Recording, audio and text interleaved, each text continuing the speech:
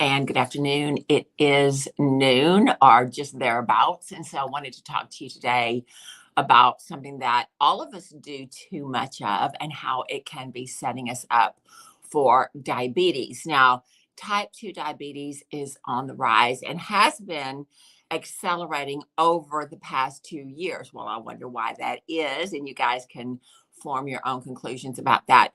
But the disease, type 2 diabetes, has risen 16% in the past 2 years. And that's quite a high number. We know that most of us eat the standard American diet here in the United States, and we know that the acronym for that is SAD, right? Standard American Diet, SAD. And it makes our bodies very sad. And so when we are eating that way, we're consuming way too much sugar, we're consuming way too much starch, we're consuming way too much gluten, we're drinking too much, we're too much soda, all that kind of stuff. What that does is it sets us up for chronic disease, and diabetes, type 2 particularly, is a chronic disease. And so what we want to do is we want to find out what is one thing that we can do in order to alleviate that, in order to get us to the place where we're not going to increase our risk for that. So what is type 2 diabetes? Type 2 diabetes is a place where your body gets to be insulin resistant. It can also be a situation where your pancreas is not producing enough insulin. It can be a situation where you're just storing too much sugar in your body and your liver is just releasing it too much into your bloodstream. And so there's just a lot of different components with diabetes. A lot of people, and I'm on a Facebook group that's all about diabetes, and I hear this every day, and it just kind of makes me want to pull my hair out.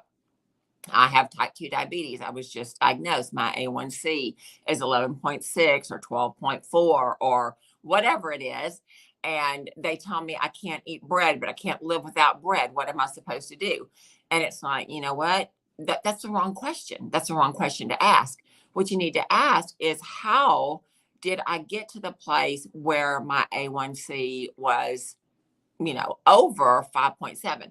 5.7 and below is normal. Now it can go too low. We don't want that to happen. But if you're in the fives, you're probably okay.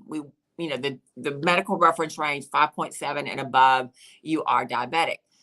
What made you become diabetic? Poor food choices.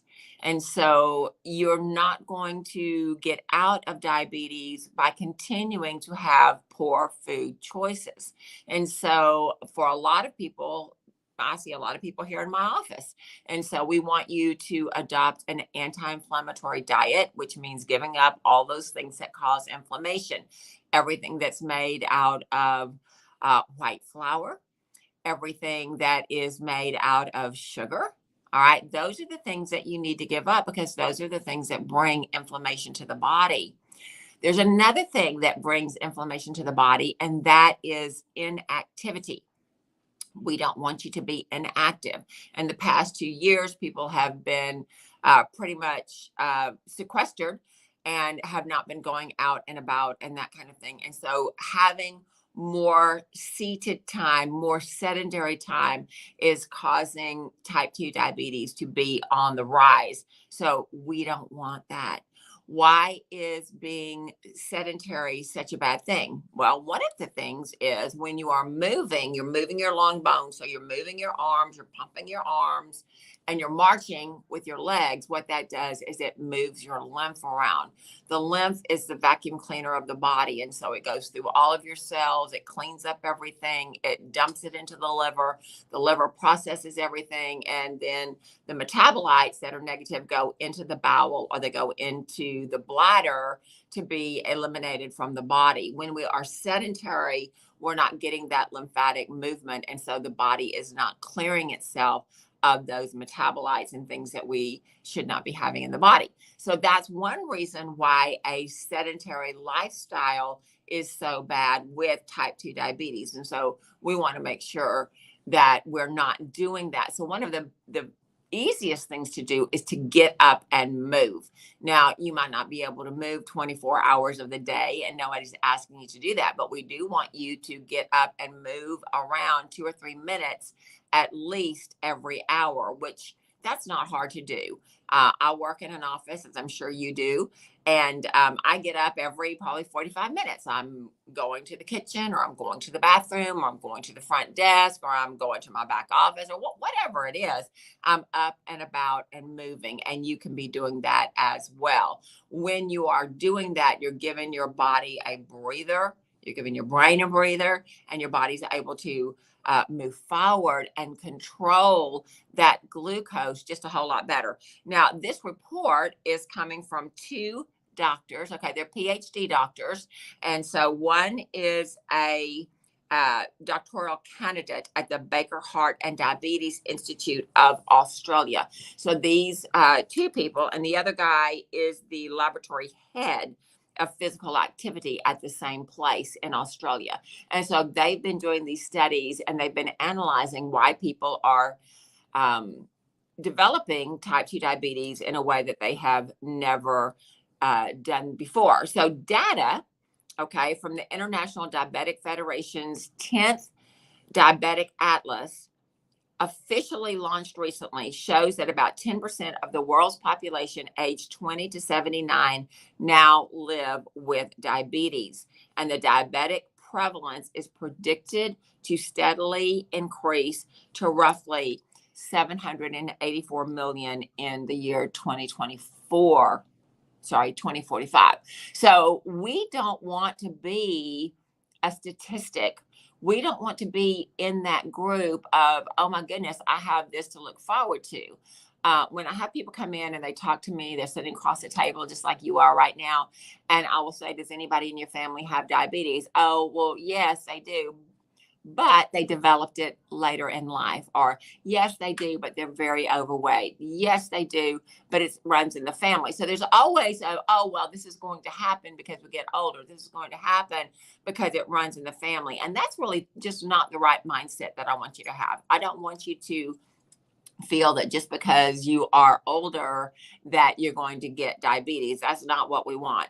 Most of these people live with type 2 diabetes, which is a chronic condition. That means it never goes away. Okay. And their blood sugar is not stable. Now, one of the things that people don't understand is that if you are diabetic, if your blood sugar tends to be high, if you will start your day with protein instead of carbohydrates, you're going to keep your blood sugar stable throughout the day. So, yes, Velma, bad eating does run in the family. We are trained by how our parents are as to what is appropriate to eat. So, a lot of times, if you have trouble managing your blood sugar, if you'll just start the day with protein, an egg, a hamburger steak, something like that. I personally am not a fan of pork because pork has parasites in it. I don't care how well you cook it, it still has parasites. And so I'm not a fan of that. But I am definitely a fan of starting the day with protein. Yogurt is a protein, even though it's a dairy protein.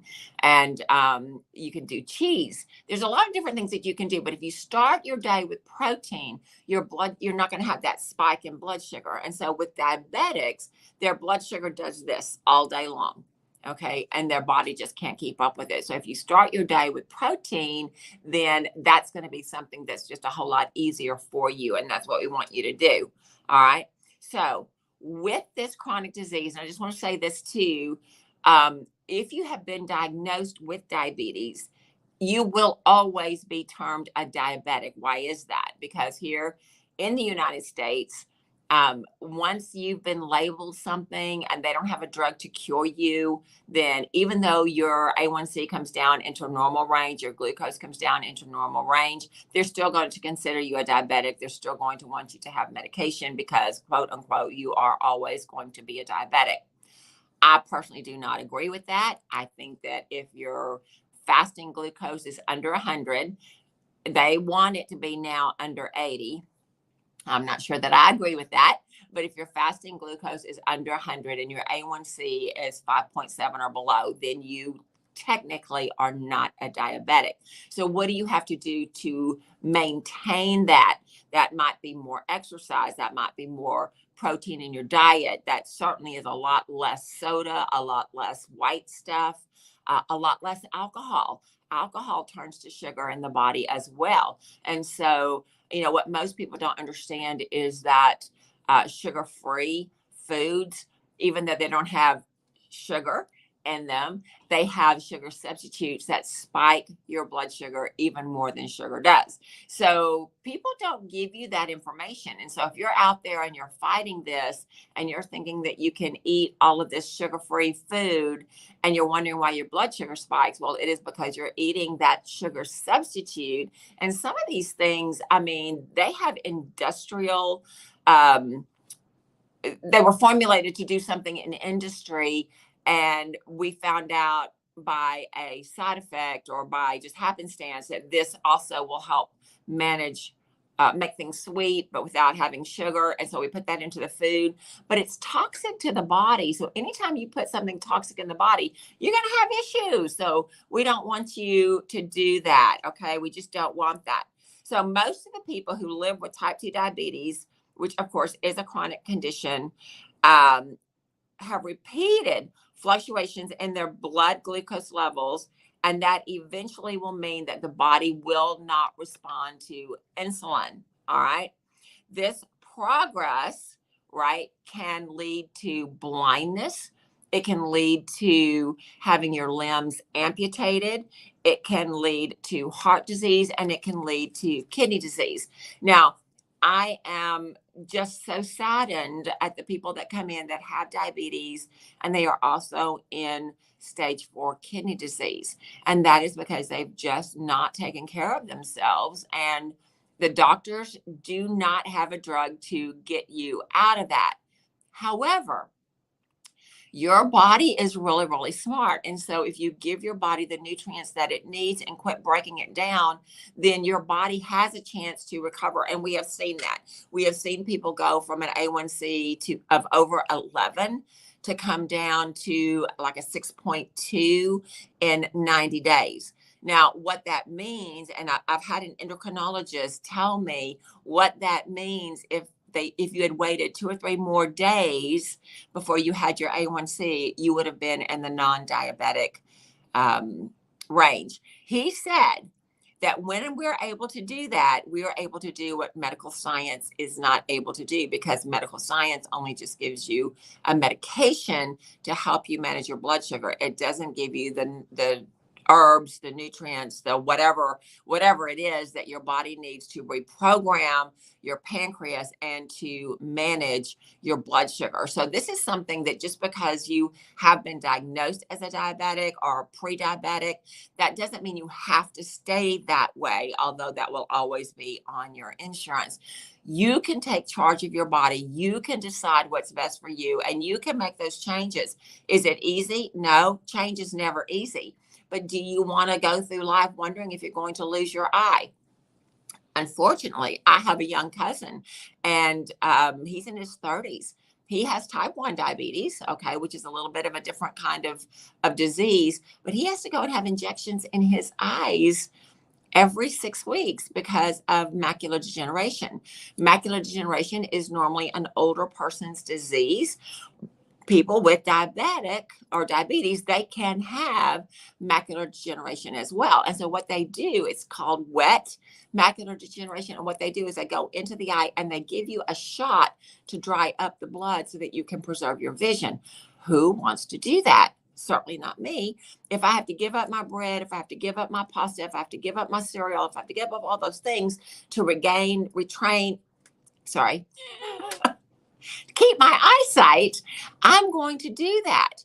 How many people do you know that are diabetic that they have had their limbs removed? They start with their toe, and then they have their leg removed up to the knee, and then sometimes they have their leg removed even further.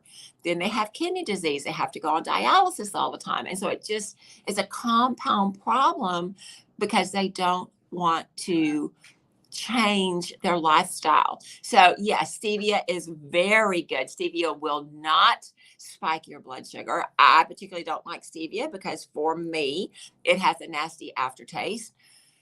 However, not everybody, I'm just a weird person. Not everybody has that. So if you don't have that and you can choose stevia, then that's a good thing. So you want to be able to do what changes you can do. It is not easy, but it is absolutely necessary for you to be able to retain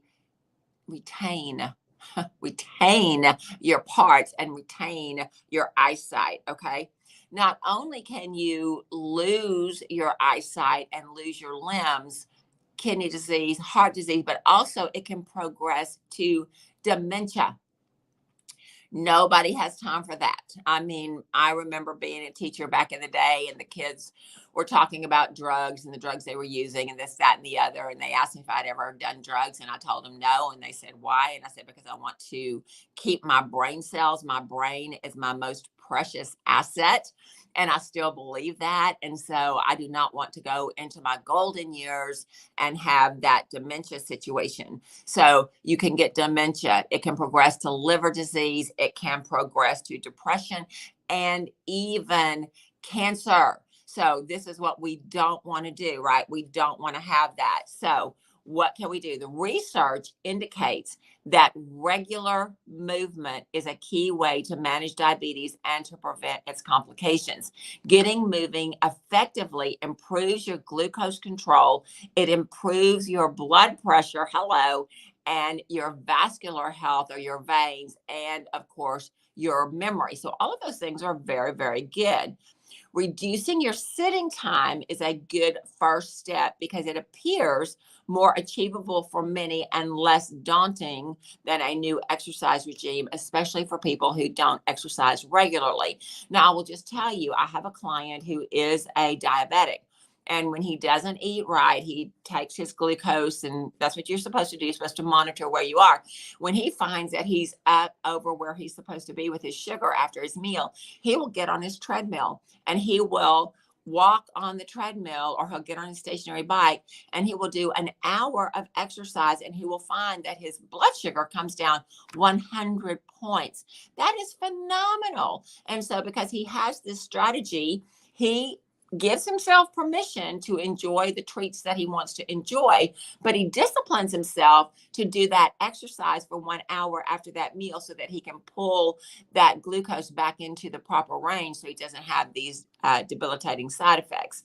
Now, I'm okay to do that once in a while as a special treat. I'm not okay for you to manage your diabetes by doing that all the time. I'm just going to throw that out there. It's going to be a problem for you long term if you're constantly turning your food intake. You're having so much of those carbohydrates, which turn to sugar, which spike your blood sugar, and that's just not good for anybody. Okay, so breaking up sitting every hour with just 2 to 3 minutes of walking around, we said that earlier, can help manage your blood sugar. So what I want you to do is maybe set your phone for a timer every 60 minutes, depending on where you are in your work and that kind of thing. Set your timer. And when your timer goes off, you need to get up. A lot of times, Fitbits and your watch and all that kind of stuff. If you have a digital watch, I do not have a digital watch. Why is that? Because I'm very concerned about electromagnetic frequencies being on my body. We're bombarded with those all the time with the Wi-Fi and the generators and all that kind of stuff. So I don't want to have one on my body, which is the same reason why I don't hold my cell phone to my ear when I'm talking. I have it out in my hand and I've got it on speaker probably 95% of the time, unless I'm having a very intimate conversation and people are around. I don't want to have that electromagnetic frequency enter into my body because it damages your cells at the DNA level. So I don't want to do that.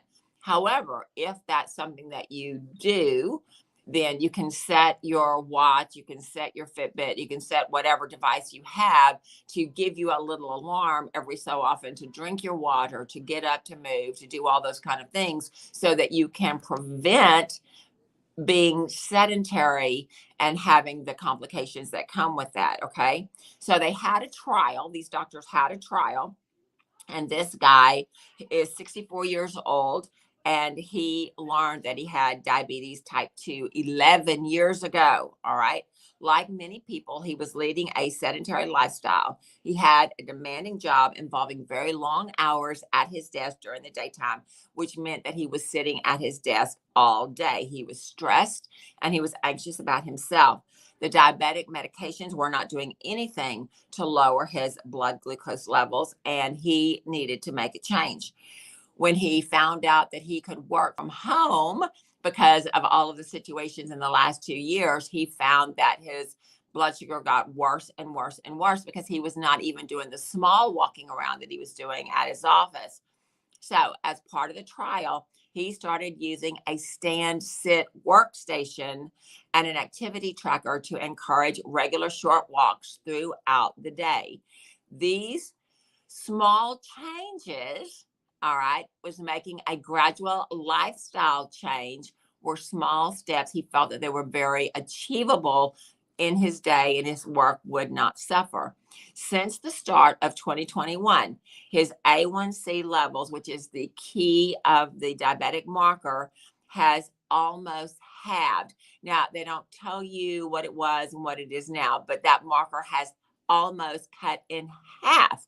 So that is phenomenal. All right. He has lost weight, and he said that his mental outlook is much more positive, and he no longer thinks of diabetes as a death sentence. And I applaud him. Did he make major changes? No. He made a few small lifestyle changes. I think he probably did have to change his eating plan as well, which is very doable. You just have to put your mind to it, and you have to decide that your health and your quality of life is much more important than having that alcohol or the soda or the white stuff or the sugar or whatever. Velma says, I kitchen dance.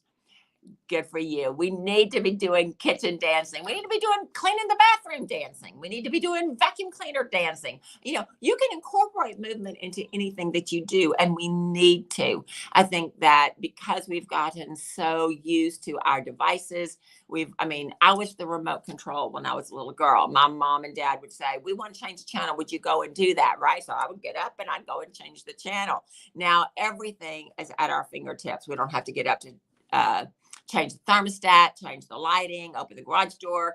We don't get up to do anything. It's all because of technology. And I applaud technology, but that's not something that's really good for us with our lifestyle if we are in that pre-diabetes or diabetes stage. Okay. So I'm going to give you 5 quick tips to help you if this is you. All right. Help you manage where you are. All right. So one of the things that we already talked about was using a stand to sit desk so that you can be moving throughout the day. We want you to be standing 30 minutes out of your hour. So sit for 30 minutes, stand for 30 minutes, sit for 30 minutes, stand for 30 minutes. You can still be very profitable, proactive, you're working, all that kind of stuff, but you're moving your body so that you're doing better on that health index. Use phone meetings, Zoom meetings, phone calls as a prompt to stand. All right. So if you're on the phone, stand up. At home, if you're watching the television, when a commercial comes, get up, walk around while that commercial is on. All right. Do something instead of doing nothing to get your blood moving, to get your lymph moving. So that is going to help with that. Get up and take a walk during work meetings when you're catching up with friends. All right. Let's go for a walk in the park. Let's go for a walk around the neighborhood. Tonight, my neighborhood is having an outdoor music festival. So I'm going to be walking and I'm going to be talking to my friends and all that kind of stuff. So I will be up moving and generating that lymphatic movement so that my body functions better. Am I pre-diabetic? No, my glucose is great. My A1C is great. I don't want to get into that situation. All right. So I'm going to do preventative measures because that's what smart people do, right? And you're watching this, so I know that you're a smart person as well. All right. After finishing a work task or an episode of your favorite TV show, take a short walk around the block. And we've kind of talked about that. You can also do, as Velva said, the kitchen dancing and that kind of thing, which helps you set a calendar, a reminder, right? To track your movement throughout the day. So those are some things that you can do. These are things that we want you to do because I don't want you coming into my office. I don't want you calling me and saying, Dr. Polly, I just went to the doctor. My blood glucose is 141 fasting. All right. And my A1C is 6.5. I don't want to hear that. Why? Because I love you and I want you to do what you can do to keep your body healthy. And you can, I'm just going to say it. I'm going to get in trouble for saying it, but I'm just going to say it. You can heal yourself of almost every sickness and every disease if you'll just do the hard. It is a hard choice to make to change your food. It is a hard choice to make to change your lifestyle. For me, it's even a harder choice to be a diabetic. It's a harder choice to have a heart attack. It's a harder choice to go through life with dementia. So choose your hard, okay? Don't kind of make excuses for yourself. You're going to have hard sickness and disease, or you're going to have hard lifestyle change, food change, intake change. And that even includes your drama and trauma and dealing with negative people, having negative mindsets and all that kind of stuff. All of that goes into the body and it tells the body how to respond. If it's negative, if what we're doing is negative, then what's going to happen to the body is going to be negative. If we change that, and yes, we can do that, and yes, it is hard, but it is worth it in the long run. So I just want to encourage you, just because you may be diagnosed pre-diabetic or you're diagnosed diabetic, you can make those changes so that you are not going to continue down that path. If you need help, give us a call. We'll set up a phone consult, all that kind of stuff. If you're in my local area, come by and see me. We can definitely help you. We've had years and years of experience getting those A1Cs down. And so I'm not intimidated by that, but you have to do the work. You have to do the change. It is the weekend. I want you to have a great weekend. I want you to do a lot of self-care, whatever that means. It means getting away from your devices, getting away from the television, going out and moving your body. The weather is going to be beautiful in our area, so there's no excuse. It's not 100 degrees outside and 100% humidity, so that's going to be a good thing. So take care of yourself. Know that we love you, and I will see you next week.